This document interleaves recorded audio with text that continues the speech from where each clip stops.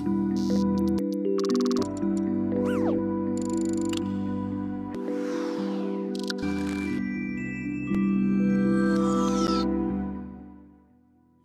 കാലത്തിലെ എഴുത്തുകാരെ നിങ്ങൾ ശ്രദ്ധിക്കാറുണ്ടാവും. പുതിയ തലമുറയിൽ ധാരാളം പേര് എഴുതുന്നുണ്ട്, നന്നായിട്ട് എഴുതുന്നവരുണ്ട്, ഉത്തരവാദിത്വത്തോടുകൂടി എഴുതുന്നവർ. അതാണ് കാര്യം. ഉത്തരവാദിത്വത്തോടുകൂടി എഴുതുക എന്നുള്ളത് കാര്യമുണ്ട്. അതിനെപ്പറ്റി എനിക്ക് ആശങ്കകൾ യാതൊന്നുമില്ല.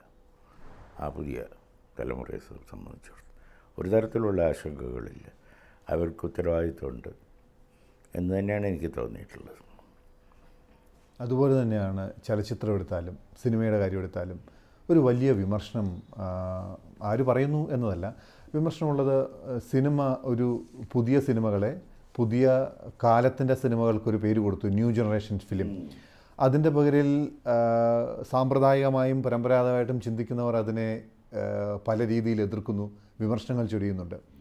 ഈ സിനിമകളൊക്കെ കാണുമ്പോൾ എന്ത് മാറ്റമാണ് തോന്നുന്നത്? അത് ഞാൻ അധികം കാണാറില്ല. ഒന്ന് തിയേറ്ററിൽ പോയിരുന്ന സിനിമ കാണൽ വളരെ കാലമായിട്ടില്ല. അപ്പോൾ നമുക്ക് കാണണമെന്ന് വല്ലവരും നിർദ്ദേശിക്കുന്നത് വെച്ചാൽ വല്ല CD ഒക്കെ ഇട്ടിട്ട് നമ്മൾ കാണുന്നു. അതിൽ പുതിയ ചിന്താഗതികളുണ്ടെന്ന് തോന്നിയിട്ടുണ്ട്, പുതിയ ചിന്താഗതികൾ, പുതിയ സമീപനങ്ങളുണ്ടെന്ന് തോന്നിയിട്ടുണ്ട്. അങ്ങനെ അതിനെ ഇതൊന്നും കൊള്ളില്ല എന്ന് അടച്ച് നിഷേധിക്കാൻ എനിക്ക് തോന്നിയിട്ടില്ല. ഞാനെല്ലാം കണ്ടിട്ടില്ല, കാരണം അങ്ങനെ സിനിമയിൽ സജീവമായിട്ട് ഒന്നുമില്ല. 6-7 കൊല്ലമായി ഞാനൊരു ഫിലിം വർക്കൊന്നും ചെയ്തിട്ടില്ല, 7 കൊല്ലമായി. അപ്പോൾ അതുകൊണ്ട് പക്ഷേ ഈ പുതുതായിട്ട് വരുന്ന ഇതൊക്കെ മനസ്സിലാക്കണം, എന്താ ചെയ്യുന്നതെന്ന് മനസ്സിലാക്കണം എന്ന് വെച്ചുകൊണ്ട് ഞാൻ സൗകര്യം ഉള്ളപ്പോൾ CD ഒക്കെ ഇട്ടിട്ട് നോക്കും. ഇപ്പോഴും അതും പ്രശ്നമായിരിക്കുന്നു, വളരെ നേരം ഇരുന്നത് കാണാൻ പറ്റില്ല, അതും പ്രശ്നമാണ്. പക്ഷേ എന്നാലും കാണും, അപ്പോഴപ്പോഴായിട്ട് നിർത്തും, പിന്നെയും കാണും. അങ്ങനെ നമ്മൾ മനസ്സിലാക്കണമല്ലോ. പുതിയ പുതിയ പുസ്തകങ്ങൾ വരുമ്പോൾ നമ്മൾ മനസ്സിലാക്കുന്നത് പോലെ മറ്റ് എല്ലാ ഭാഷയിലും, നമ്മുടെ ഭാഷയിൽ മാത്രമല്ല ലോകത്തിൻ്റെ പല ഭാഗങ്ങളിലും എന്തൊക്കെ സംഭവിക്കുന്നു നമ്മൾ മനസ്സിലാക്കണം എഴുത്തിൽ. അതേപോലെ തന്നെ സിനിമയിൽ ഓരോ കാലത്തും എന്തൊക്കെ വരുന്നു എന്നുള്ളത് മനസ്സിലാക്കാൻ ശ്രമിക്കുന്നു എന്നുള്ളതാണ്. അങ്ങയുടെ തിരക്കഥകൾക്ക് പലപ്പോഴും സംവിധാനത്തിൻ്റെ ഭാഗ്യം സിദ്ധിച്ചത് അപൂർവം ചിലർക്ക് മാത്രമേ ഉള്ളൂ. ഭാഗ്യമെന്ന് പറയാൻ കാരണം മലയാളി എന്നും കൊണ്ടു നടക്കുകയോ അവൻ്റെ മനസ്സിൽ പതിയുകയോ ചെയ്തത് എല്ലാം ആ തൂലികയിൽ നിന്ന് പിറന്നത് തന്നെ. എന്തുകൊണ്ടാണ് അതിനകത്ത് ആ കാലഘട്ടത്തിൽ സജീവമായിരിക്കുകയോ അത്തരം ക്ലാസിക്കുകളുടെ ഭാഗമായി മാറണമെന്ന് ആഗ്രഹം ഉണ്ടായിരുന്നോ ചെയ്ത പലർക്കും അതിനകത്തോട് പങ്കുചേരാൻ പറ്റാതായത്? ആ ചലച്ചിത്രം എന്നതിൻ്റെ സാങ്കേതികത്വത്തിൻ്റെ പ്രശ്നം കൊണ്ടാണോ, അതോ ബോധപൂർവം ചിലരാണ് ഇതിൽ ചെയ്യാൻ പറ്റുന്നത് എന്ന് അങ്ങേക്ക് ബോധ്യമുള്ളത്? അല്ല, അങ്ങനെ ആയിട്ടില്ല. അങ്ങനെ പലർക്ക് പുതിയ ആളുകൾ ചെയ്തിട്ടുണ്ട്. എനിക്കങ്ങനെ ഇപ്പോൾ അവരായിട്ട് സംസാരിക്കുമ്പോൾ തന്നെ അവരുടെ ആഗ്രഹങ്ങൾ തോന്നും. ഇപ്പോൾ അജയൻ അജയൻ്റെ ഫസ്റ്റ് ഫിലിമായിരുന്നു. അജയന് വേണ്ടി ഞാനങ്ങനെ പുതിയ ആളുകൾക്കും ധാരാളം ചെയ്തിട്ടില്ല, ധാരാളമില്ല, ഒരുപാടൊന്നും ചെയ്തിട്ടില്ല.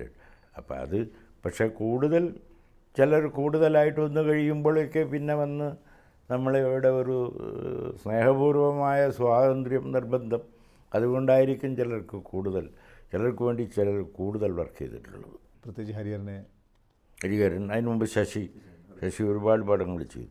ഒന്ന് കഴിയുമ്പോഴേക്ക് ഇരിക്കപ്രതി ഉണ്ടാവില്ല, അത് കഴിഞ്ഞ പിന്നെ അങ്ങനെ നിർബന്ധമായിരിക്കും. എല്ലാവരായിട്ടൊക്കെ ഒരുമിച്ച് ചെയ്യുന്നതിലൊരു സുഖമുണ്ടായിരുന്നു, ബുദ്ധിമുട്ടുകളൊന്നുമില്ല. അപ്പോൾ പുതിയ ആളായാലും ബുദ്ധിമുട്ടൊന്നും ഉണ്ടായിട്ടൊന്നുമില്ല. പക്ഷേ പലരും എന്താ വെച്ചാൽ ഒന്ന് കഴിയുമ്പോഴേക്കും അടുത്തത് എന്ന് പറഞ്ഞ് പിന്നെ എപ്പോഴാണ് വരുന്നത്. അപ്പോൾ ഇവരൊക്കെ ആയിരുന്നു വെച്ചാൽ പ്രൊഫഷണൽസ് ആയിരുന്നു, ഒന്ന് കഴിയുമ്പോൾ പറഞ്ഞു അപ്പോഴേക്ക് അയാൾ തയ്യാറാക്കി വെച്ചിട്ടുണ്ടാവും അതിൻ്റെ പ്രൊഡ്യൂസർമാരെയും. പഴശ്ശിരാജ കഴിഞ്ഞിട്ട് പിന്നീടുള്ള ചർച്ചകൾ പലതും കേട്ടിരുന്നു പലയിടങ്ങളിലായി. ഒരു സിനിമയ്ക്ക് വേണ്ടിയുള്ള ആലോചനയിലാണോ? ഇല്ല, ഞാൻ അതിന് ശേഷം വേറെ ഒന്നും ആലോചിച്ചിട്ടില്ല. അവരൊക്കെ തന്നെ ഹരിഹരനൊക്കെ വന്നിട്ട് എന്നോട് സംസാരിച്ചിട്ടുണ്ട്, ആലോചിക്കാമെന്ന് പറഞ്ഞിട്ടുണ്ടെന്നല്ലാതെ വേറെ ഒരു സിനിമയുടെ കാര്യം ആലോചിച്ചിട്ടില്ല. അല്ല, അവരൊക്കെ വന്നിട്ട് പറയാറുണ്ട്, ആലോചിക്കണമെന്ന് പറയാറുണ്ട് എന്നല്ലാതെ ചിലതിനൊക്കെ ചില പ്രശ്നങ്ങളുണ്ട്. ഇപ്പോൾ ഉദാഹരണത്തിന് ഇപ്പം എൻ്റെ രണ്ടാം ഊഴം എന്ന് പറയുന്ന നോവൽ, അത് ഒരു 2.25 മണിക്കൂറിലൊരു സിനിമയാക്കാൻ പറ്റില്ല. അങ്ങനെയാകുമ്പോൾ പലതും ഞാൻ വെട്ടിക്കുറയ്ക്കേണ്ടി വരും. അത് എനിക്കിഷ്ടമല്ല. ഒരു സിനിമ ആക്കാൻ വേണ്ടിയിട്ട് അതിലത്തെ പലതും വെട്ടിക്കളയുക എന്നുള്ളത് എനിക്ക് തീരെ ഇഷ്ടമല്ല. എന്താ അതിൻ്റെ ആവശ്യം? എല്ലാ സിനിമയാവണമെന്നില്ല. ആ പുസ്തകമാണെങ്കിൽ ഇംഗ്ലീഷിലും ഹിന്ദിയിലും പല ഭാഷകളിലും വന്നു. ഇംഗ്ലീഷിൽ പുതിയ പുതിയ എഡിഷൻസ് വന്നുകൊണ്ടേയിരിക്കുന്നു, ഹിന്ദിയിൽ വന്നുകൊണ്ടിരിക്കുന്നു. അപ്പോൾ പല ഭാഷകളിലും വരുന്നു, ധാരാളം വായനക്കാരുണ്ട്, പുസ്തകം നിലനിൽക്കുന്നു.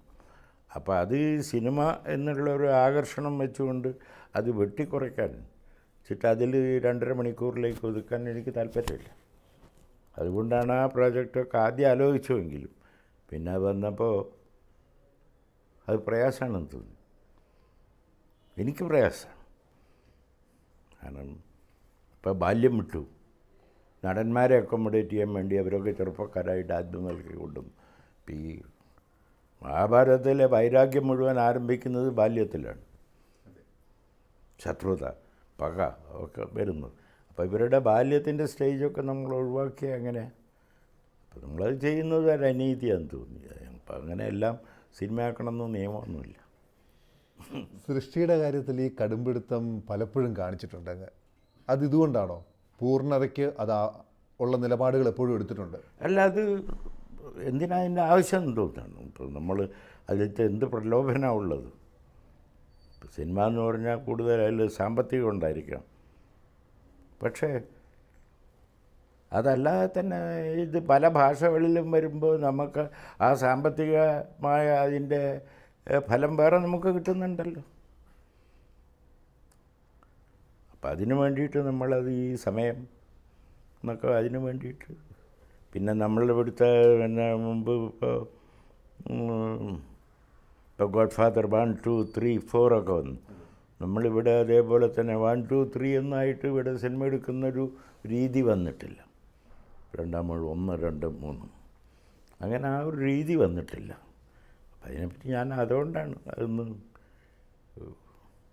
അത് ശരിയാകില്ല എന്ന് പറഞ്ഞ് സ്നേഹപൂർവ്വം ശരിയാകില്ല എന്ന് പറഞ്ഞു മാറി നിൽക്കാൻ കാരണം നമ്മുടെ വാക്കിൻ്റെ ആയുധം അതിൻ്റെ മാന്ത്രികത തന്നെയാണ്. നമ്മൾ എഴുതുന്ന വാക്കുകളിലേക്കൊരു സാഹചര്യത്തെ അനുവാചകരിൽ സൃഷ്ടിച്ചെടുക്കുക എന്ന് പറയുന്നത്. ആ സ്ക്രീൻ പ്ലേ, അതായത് സിനിമയ്ക്ക് എഴുതുന്ന അല്ലെങ്കിൽ തിരക്കഥകൾക്ക് അത് പഠിച്ച് അതിൻ്റെ സിനിമയുടെ ശാസ്ത്രം പഠിച്ച് അത് എഴുതുക എന്ന് പറയുന്ന മാന്യത അതിനുണ്ടാക്കി കൊടുത്തു എന്നതാണ് എപ്പോഴും MT വാസുദേവൻ നായരുടെ തിരക്കഥ എന്ന് പറയുമ്പോൾ ആദ്യം പറയുന്ന അതിനുള്ള വിശേഷണം. അത് ചോർന്നു പോകുന്നു ഈ സിനിമ കാലാന്തരത്തിൽ. അതായത് സംഭാഷണങ്ങൾക്കും സാഹചര്യങ്ങൾക്കും അപ്പുറം വെറും ദൃശ്യത്തിൻ്റെ പുറകെയാണ് സിനിമ. അതിനകത്ത് ആ കാമ്പ്, അതായത് തിരക്കഥയുടെ കാമ്പ് ഇല്ലാതാകുന്നു. അത് കേവലം ഒരു സംവിധായകൻ്റെയോ അല്ലെങ്കിൽ കേവലം ഒരു സിനിമ ആസ്വാദനം എന്ന നിലയിൽ ഒരു കലയ്ക്ക് വേണ്ടി ഒരു സിനിമ അല്ലെങ്കിൽ വാണിജ്യ താല്പര്യത്തിന് വേണ്ടി ഒരു സിനിമ എന്ന വിമർശനവും വലുതാണ്. ഇത് ഒരു വലിയ വിഷയം തന്നെയാണ് ഒരു സിനിമയെ സംബന്ധിച്ച്. അല്ല, ഒരു സിനിമയുടെ ഒരു ബ്ലൂ പ്രിൻ്റാണ് സ്ക്രീൻ പ്ലേ എന്ന് പറയുന്നത്. ഒരു കെട്ടിടം ഉണ്ടാക്കുമ്പോൾ നമ്മുടെ കയ്യിൽ ആദ്യം ഒരു ബ്ലൂ പ്രിൻ്റ് ഉണ്ടാകും. അതേപോലെ ഒരു വീട് ഒക്കെ ആയാലും അതിപ്പോൾ എല്ലാം ഒരു ബ്ലൂ പ്രിൻ്റാണ്.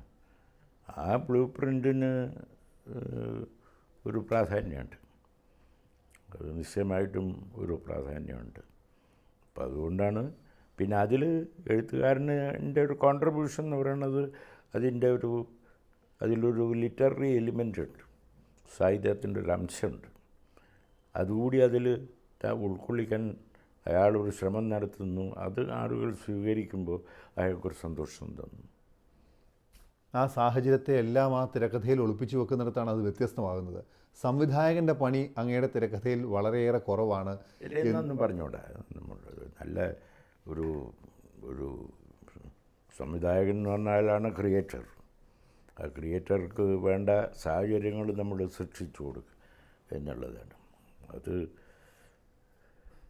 Is the number 1 person director തന്നെ. അതിനെപ്പറ്റി യാതൊരു സംശയം. അതിനാണ് ഞാൻ പറഞ്ഞത്, ഈ ബ്ലൂ പ്രിൻ്റ് നമ്മൾ കൊടുക്കുകയാണ്. ബ്ലൂ പ്രിൻ്റാണ് നമ്മൾ കൊടുക്കുന്നത്. ആ ബ്ലൂ പ്രിൻ്റ് വെച്ചുകൊണ്ട് ഒരു ക്രിയേഷൻ നടത്തുന്നതാണ് നല്ല ഡയറക്ടർ ചെയ്യുന്നത്.